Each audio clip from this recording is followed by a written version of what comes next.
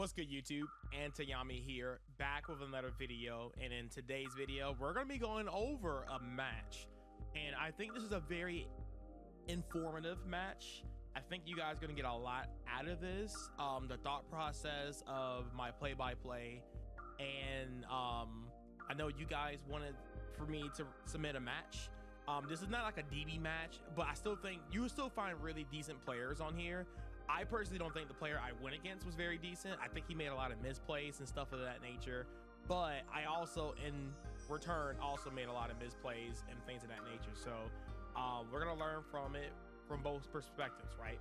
And we'll go into a deep analytical way, mindset, what we can do to improve, and how we can not make these following mistakes again.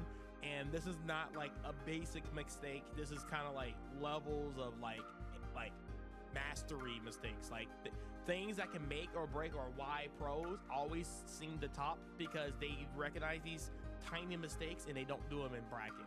And I learned a lot from this match as well. So leave a comment down below, like and subscribe to the video if you guys are enjoying the content. And without further ado, let's hop into this. All right, so here we have this is Mitsurugi's. This is the Mitsurugi deck.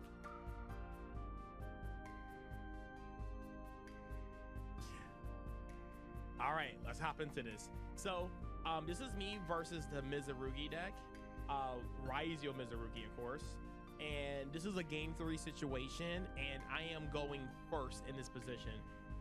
We're opening with Simple Spoils, Call by the Grave, Simple Spoils, Ash, Valor, and then my opponent has the Charmy, Prulia, X Ryzeal, drawing Lockbird, Ash Blossom, and then the Trap, which I'm surprised he kept the Trap in going second, which is very interesting, but you know, it is what it is. Some people keep it in, I guess, some people don't. So I started with, since this is like my only play here, and let me mute this because I don't want the sound effects to be playing over. So I start with this in the draw phase because this is my only play. So I want to play around draw the most, so I wanted to go ahead and I'll pop this off in the draw phase. Usually if I have other search target, I hold one until after draw, so I chain it to the draw and we go from there. But I decided to activate this in the draw phase, and then he immediately goes Prulia, which is completely fine. And I thought about this for a second because I'm like, well, Black Witch doesn't really get me much without Chorozo. So like, I probably could have saved Ash, but I decided to do it because I also had Call by the Grave. And I honestly thought about this because I was like, if I Call by the Grave his Ash Blossom, then my Ash Blossom is dead. So I really thought about that. And I was like, you know what? I'll Ash it. And let's keep him off getting a draw because he might have a bad hand. And that one card could just make it or break it. It is Ryzeal, Mitsurugi's, and you don't want them to see more cards because that could make a difference between them playing or not playing. So I decided to ash it at the end of the day and search my Black Witch here, and then we went Black Witch, getting rid of our follow-up here because we had to get rid of this. I wanted to keep this just in case I could play through a Valor just in case. He has Imperm, I can norm summon Valor and we can keep playing. But then yeah, I wanted to protect my Black Witch for resolving through as much as possible, so I decided to pitch the follow-up and keep protection and interruption in hand. But we also want to keep the monster in hand because I'm setting Deception, so we're going for this Deception line here. So I go for the Deception, he Ash Blossoms it, and then I go Call by the Grave, which thank God I used the Ash earlier because my now Ash would have been dead. So we continue by searching Sacred Azamina or Hollowed Azamina, and he just goes draw. I was like, yo, my man just has everything here. He played it a little weird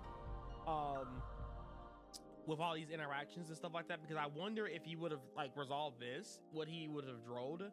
So like, this is like a very weird scenario, but the fact that he actually has, I mean, I negated everything, so he got a lot of value out of this draw, which is, it is what it is, right? So we go into Hallowed is gonna get us into this. I decided to go for this because I'm gonna link it off with the Fiendsmith engine. I think an Omni negate is not strong enough here, and arguably you could have just made the Omni negate here, but I wanted something that I think the Fiendsmith engine was just better to have that in rotation, so I decided to go for that instead. And then I could use Hollow to shuffle back this to have that as kind of like follow up, and then set Deception. So I thought that was a little bit stronger, so I decided to go for that line. So yeah, Fiendsmith stuff, Fiendsmith. And he doesn't have a 4th hand trap, which is fantastic. And then I go into the sequence. Sequence is going to make us our Desiree, and then we're going to Agmande. Agmande is going to equip to our Desiree, and then sequence is going to also equip, and then we're going to shuffle back the soul for the Hollow, and then we move the end phase, set Deception, and I'm like, okay, let's see what my opponent has, right? So here we go. He tops like a sword, which is very unfortunate because in my brain, if he just went X Ryzeal, I would have most likely negated it, but at the same token, I was like, what did I get punished here by, right? Because you get punished by 3 Ash Blossoms, or sorry, I'm sorry, 3 Bonfires. They typically only play 1 ice in this variation. Some of them, I guess, they're playing more. I don't know if they're playing more or less, but just in theory, the way I'm thinking, they're only playing 1 ice, 1 sword, 1 node, 3 X, and then 3 of the bonfires. So I was like, okay, maybe there's a good chance that he might have like one of those extenders, but with the chances of that in a 45 card deck is not very, that's, you know, whatever. But I was thinking like, okay, if he goes into X summons itself, he can't pitch the aggregator because my Desiree is protected from sequence. So I was thinking like, all right, if he goes that search sword, summon sword, sword searches ice, and then he goes into whatever. See, in my mind, I wasn't even thinking about Exiton, and whenever my opponent has a threat to just go straight into Exiton, you might as well go ahead and stop the X. Because like, say for example, if this was like an imperm and you did imperm X got a search, and then it goes into basically like a Black Rose type effect and nukes your board anyway, and then you negate that, then you might as well just negate that. So whenever you're in a position where you're threatened by an Exiton, just negate the X. That's one thing I learned from this particular situation. So even though he did draw into the sword, which is unfortunate for me, he summoned the X Ryzeal, dumping aggregator for whatever reason. I think this should have been an Eclipse, but whatever. My opponent wasn't really super great at this deck, I'm gonna be real. He definitely did a lot of weird plays. So let's just go ahead and move on. So then he goes Chain Link 1, Chain Link 2 to obviously Chain Block, but he knows everything I have. He knows what this is in my hand, he knows this, so he knows everything. So he's free to play for the most part. He just got to play correctly. So he goes aggregating, negating my sequence, which is like whatever. So now this doesn't have like the protection, but he should have negated this because now he doesn't have a real way to out my Desiree, right? If he negated this would have been like 28, and then at least he can make a detonator with the fill spell and out my Desiree, right? So a little funny on my opponent there, but you know, whatever. So he summons sword, so I was like, yeah, when I saw him search the node, I was like, yeah, he has sword, so it's like whatever, right? Sword searches for ice, and then he overlays into the Exiton, which is why I should have negated X in the first place, because this would have baited my Desiree anyway, and he wouldn't have ice in hand. So a little funny play on my part. So I Desiree, I'm forced to negate this to protect my follow-up, which is my Deception. And then now he just continued his plays. So now I'm still thinking like, okay, now how does he out my Desiree? Because now I know he has access to 2 more XYZs. This is like a full XYZ monster, and this is a full XYZ monster. So like if he goes into like Desiree, or sorry, if he goes into the God, what's his name? Dual Driver. If he goes into the Dual Driver here, he doesn't really search much. I know he's searching for the fill spell at that point. And then after that, what does ice turn into? If it goes into a detonator, then Desiree lives, right? So I'm like, okay, this is a pretty great situation here. But if he goes into the monster, I can't think of his name, the Infernal Imps or whatever, and then gets into the ritual stuff, that's the more scary stuff. Like that will probably just destroy me and win the game on the spot. So I was very happy to see that. First of all, okay, let's just back this up real quick. my opponent ultra misplayed here. Not only that he misplayed by not making this, negating this, he misplays here. He should have sent the trap here with the node Ryzeal. And then what he could have done is that he could have did the one card Imps combo with the twin of the Eclipse, right? So basically what he should have done here is pitch this, bring back sword, overlay into Imps effect, search Sanji, and then you overlay these two into a twins of the Eclipse. And then you use ice effect to pitch that, summon ice, and then twin will activate, summoning back to Imps. And then Imps is going to search for the 32 beater ritual, Mitsurugi card, and then he would have literally swept me. That would out the Desiree. He would have had a negate to make me forced to pitch this and stuff like that, and he would have been like, he would have won on the spot. But to my opponent's degree, he didn't see that, so he decided to do this. So yeah, that gave me some chances. Little misplay on my opponent's part. So then he goes into the dual drive, which makes no sense. And then he attaches dual drive. It's going to detach too, and then goes for a follow-up here and cross, which is whatever. He activates cross, normal summons, Ice Ryzeal. Ice Ryzeal's effect is going to summon another X, which is, you know, fine. Also another quote misplay. Well, this is technically not a misplay. No, it is. So instead of detaching X Ryzeal and node, he should have actually detached the sword plus node, because those are basically one-ups in a deck, and you want to shuffle those back to, you know, have more fire targets in your deck. Because now, right now, if you look at his deck, he does not have any fire Ryzeal monsters in his deck. So just a kind of a little quick note on that. Little tiny, again, small misplays can lead to game losses and things like this. I know a lot of people can come up to me and be like, oh man, my opponent just had it. I almost believe that every single game is winnable if you literally go back and analyze it a little bit more. There are some games where you just flat out lose, right? Like just some games you just get blown out into water. Nothing you can really do about it. You played your best, you did what you could do. That's great. Which means that your opponent also played his best and did what he has to do. Sometimes they don't. Sometimes they just play like trash and they still get you. But that's Yu-Gi-Oh, correct? So anyway, we continue here.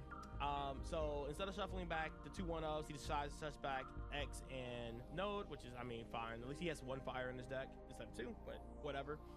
And then he draws into droplets, and this is how he outs my Desiree, which is like, hey man, it is what it is. It's fine, I suppose. It's whatever. So when I saw him droplets in this, I was like, okay, what are you doing? Like, what is that? So I mean, it happens, right?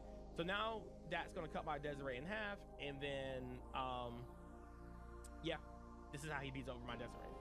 So he here like, all right, I mean, still winnable. My opponent is not playing clean, so you still got chances, right? Maybe I can top deck something really good, and we can still play. So anyway, let's just play to the best of our abilities. This is game 3, so there's no reason to scoop, right? So we go Desiree effect, and we're gonna target the Designator, and we're gonna send back the sequence and force out just to detach from the, you know, detonator or whatever. He decided to get rid from the dual drive, which is correct, and then pokes for 25, and then just moves to end phase. So yeah, we're in a really big trouble here. We're top decking. We have these cards in grave that can help us like get extra draws and stuff like that. If this ever gets into the graveyard, at least I get to see 2 cards instead of 1. So I was like, maybe it's possible, but let's see, right? And my only other line at this point is activating this, and if he activates this to pop this, then I'm just out of luck. So my top deck has to be crazy. And this is the most controversial top deck of all time, because a lot of people don't agree with this card being in my deck, and I apologize, guys, but you know, it is what it is. And we're gonna top deck into a Queen of the Azamina. Pretty good top deck in my personal opinion. So I was like, hey, you know what? I'll take it. So we go Hallowed Azamina, and not going for this, we're gonna go for this. And to my opponent, I was trying to bait out the detonator effect to pop this, because I need a Sinful Spoils card to fusion And for some reason, my opponent didn't do anything. He just let this resolve. So I'm like, all right. So I had to send this off the field because if I send this, then Detonator, if I activate this, like I flip it up, then Detonator can just pop it for free. So I had to get rid of it. So I go into Arcielago. Arcielago effect is going to search, and he's just going to cross negate that. And then I move into battle phase. Battle phase, we're going to crash into the dual drive, clearing that, and then we're going to get the secret effect of the Arcielago effect, and we're going to search for Sinful Spoils. Wanted. Now, I don't know if there's anything else I could have searched here that was like a little bit better or not. But I'm sorry, yeah, when it's destroyed by battle, I had to search for a Sinful Spoil. So this was basically my only search target at this point, since I could have searched for the White Forest quick play, but it doesn't do anything. So this is like the best card. So yeah, I searched for that, and then now I go main phase 2. Hollow shuffles back the Arcielago. I go for a draw here to see if I can draw into like a good normal summon like Sylvie or anything like that. Cross has already been activated. We got 2 more Detonator pops, and we know that X is in the hand. So we're good. We draw into a Thrust, and I'm gonna tell you something very funny that I could have done here if I thought hard enough, but I didn't. So I misplayed here. So I solved that, and I was like, interesting. It's not live at the moment because Detonator didn't use his effect for some god reason. If he did, I would have been crazy with this. It's almost like my opponent saw the future sometimes, you know? He made a misplay, but in theory, it kind of worked out for him. So yeah, so I go this, and I chain this. Still baiting the Detonator, because now if he goes Detonator, pop this, then obviously he doesn't know I have this in hand. So then this won't resolve. So I was like hoping that he would fight and pop this, but I don't think my opponent was smart. I hate to say this. I don't think my opponent was smart enough to know that he knows that interaction. I just go ahead and assume that. So yeah, he didn't do anything here, which I was like, okay, I don't think he knows, right? And it's paying off for him. So yeah, anyway, instead of going into this, I should have went into the negate. And I will explain why in a second. It's because I drew into this is why that is important, right? So we go chain link 1, this, targeting that, and then chain link 2, this. Now, this is gonna cut off my thrust and make my thrust way worse. And I misplayed on this part. This was like the biggest misplay. Because I could have won basically off of this, and I didn't think about it until I committed to it. And I was like, wait a minute, I think it was better to keep the Detonator on field, but I was so scared of the pops that I wanted to get rid of it and, you know, win from there. But yeah, unfortunately, there was a better line here. So instead of going for this, instead of going for that, pretend this is the negate, right? So then I go chain link 1, Queen Azamina to summon. He will most likely try to pop the Azamina, right? And I'm like, okay, cool, he can pop it, right? Then after that, I'll summon my Queen Azamina, and I can go for a thrust here.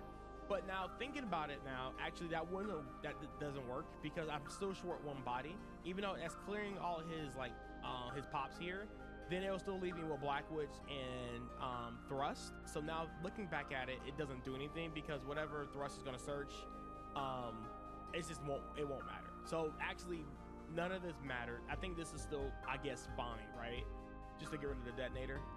Because if he just pops, then my opponent still puts me in the same situation, but just differently, right? So I threaten the Detonator, he pops it, I summon back my Queen, and yep, there it goes. He negates it with Aggregator, which doesn't do anything. Now I go into triple attack this thrust, setting talents. And there's no good targets in my deck at the moment for me to set here. So I had to set just anything that I didn't want to top deck into, just to thin my deck out a little bit. So then, yeah. So then I go into Black Witch. Black Witch is going to set out our Deception here, activate Deception. By the way, went through all 3 of our wanteds here, so we couldn't even do that. And the quick play White Forest card doesn't do anything here, so I had to set Deception.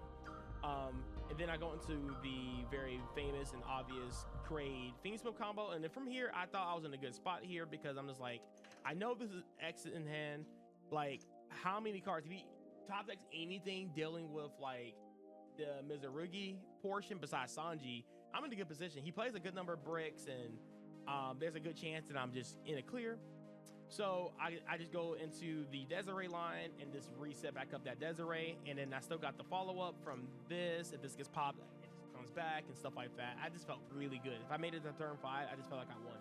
So then we got rid of the fill spell with the Desiree's effect, and then we're going to just now set this up again, and we pass it back to our opponents. Now with less cards. He top decks Bonfire, and my dumb self, I literally forgot that I was thinking so hard on my plays, and it was taking me a while to come up with a lot of different lines here. I forgot what was in his hand. So, since he didn't have access to another ice, the only target in his deck left right now was actually an X. That's it. Only target in his deck is X. So I was like, yeah. And I already know X is in hand. And if I put 2 and 2 together, I would have known that negating this with Desiree was bad. But I don't know why I was thinking like maybe you could search ice. Maybe he's on multiple ice and stuff like that. But again, at the time, I didn't know. So I was like, all right, if he searches ice here, that's why I thought he did it. It's because I really thought he was going to like search out for ice. And then now he has like 2 ways to beat Desiree again. So I was like, let's not take the chance on that. Let's not take the chance. So I negated it. So then he dumps the Twins of the Eclipse, activate the effect, and then, yeah, we're just in trouble. Like, this dump right here is crazy because now it gets him back into the detonator, and we're just in trouble, right? And then effect, equipping back the Twins of the Eclipse, and then he summons back the node Ryzeal, and then goes into Imps. And I don't know if this is correct or not. I mean, I think it is. And now thinking about it, I think it is correct because there's nothing else you can really go for here. And Dweller doesn't do anything. I know he plays Dweller. And yeah, Dweller doesn't do anything. So this is basically his only play. So he's searching for follow-up. So he's searches Sanji, and he still has his normal summon. So normal summon effect, that's going to add prayers. Prayers is really strong here because technically now he can go prayers, prayer, tribute, Pharaoh Imps, search out the, I forget the other guy, but the one of in the deck, and then summon him, add back prayers. And then now you have another XYZ level 4 place, which is probably going to be like, you know, Dweller or something like that. And that's going to freeze up my my plays here. I can't even go hollowed or anything like that. Yeah, so making a Dweller off that play and having immediate follow-up wins the game here. So that's exactly what he does here, right? No. No. He tributes to Sanji. And I'm like, okay. And then adds this.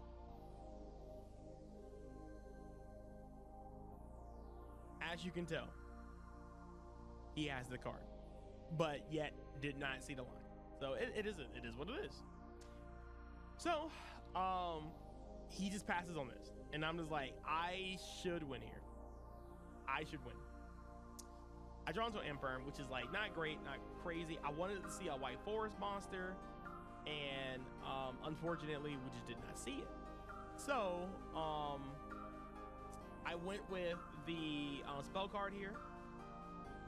He goes Detonator, popping this. I thought he would Detonator pop this, but you know, whatever.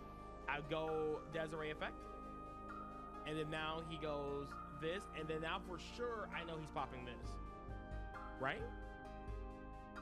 No. So he pops that. Desiree is going to resolve to negate both of these. And yeah, that's it. So now from here, I felt like I could have had one here. And we're going to analyze it and see. But now he goes into Twins of the Eclipse. Twins of the Eclipse is going to bring back the Exciton. And as long as we don't go in the battle phase, he doesn't have an effect. And I was thinking, like, as long as I clear his entire board, set up like Desiree or whatever, I win. Because I can beat whatever his top deck is, right? So he goes into this with the trap card and tributes off that. You know, I summon off this, and then I want to get my search. He searches off of this, so now he has a way to play next turn for sure.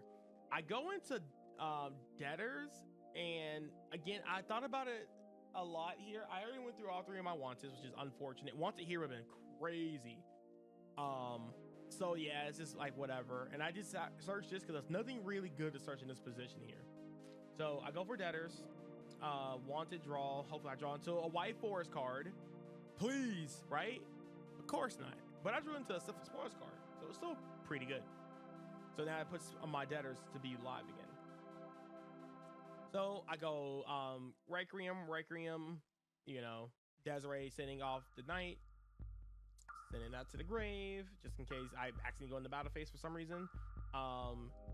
Yep, doing all that. And then we'll go into the negate. And just going for a lot of damage here. And trying to see, was this game somehow?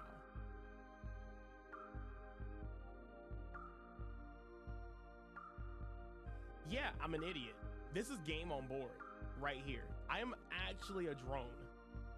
So instead of going for the Omni negate, he's in the grave. Yeah, I had game here. I actually had game here. Because now I do play the Agmande, so I'm just bad. That's just funny. It's so funny how you can miss things, right? It's really good to go back and replay or view your replays and stuff. So like this right here, honestly should have summoned the other guy. Should have summoned this. That would have sent this to the grave, and then this would have been open board. Wow, what a choke! What a choke here. So yeah, that was definitely the play, because then you just take these two, make a sequence, then use Engraver's effect to shuffle back the Desiree, and then we can just make a Desiree by shuffling back all the like fiend monsters and stuff, and we would have been fine. But yeah, because 19 plus 18 plus 46 is way over 8,000. But anyway, I still thought I was really good here regardless. So I go into SP Luna Knight as more interruption. I banished the Eclipse, so we didn't have to worry about that card for the time being. And now I go into Fiendsmith, and then I just set this with Fiendsmith. Now the reason why I did this because I kept the Agmande plus the Desiree plus Lacrima engraved, because Lacrima is going to summon this and then have Desiree, and I have two Omni negates. I know what these two cards are, so I just need to stop his top deck and we win the game. Well, let me tell you something here. He draws droplets per turn, and now you don't think like that's insane, but he draws droplets, and I misplay here, and this is what cost me the game. So then now I go Agmande, you know, Agmande effect, special summon, and now I have basically two Omni negates. I feel like I won this game. I was like easy GG's, whatever, fun. And then this happens. He activates the spell card. And then I didn't even think about droplets. And I promise you, I will play around this for the near future, because I know people are going to probably still be on droplets because it helps beat Dweller and stuff like that. So people are going to like shotgun this in the draw phase and stop Dweller. Lesson learned. I'm going to now, for here on out, I'm going to use her as the first interruption and then use Desiree later. Now here's what happens. So he's going to summon this from the hand by dumping two.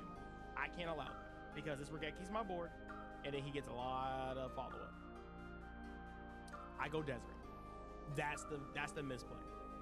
Now it's not very obvious this is a misplay, because that puts me on my opponent top decking something really good in a situation, which is like droplets, and I didn't even think about droplets until just now. So he goes droplets, and you just thinking like, oh yeah, he can just droplet send spell negate Desiree, or you know, whatever, because if he droplets negates this, then Desiree just negate that, and it's just over because I know the last card in hand. That's not what's important here. What's important here is how Desiree negates. Desiree is like a hot red Dragon Archfiend, where if the spell or trap is no longer on the field, Desiree does not negate. And that's the biggest takeaway. So now he can go droplets, hit this, and Desiree is missing target from the spell. So I, for some reason, just negated it.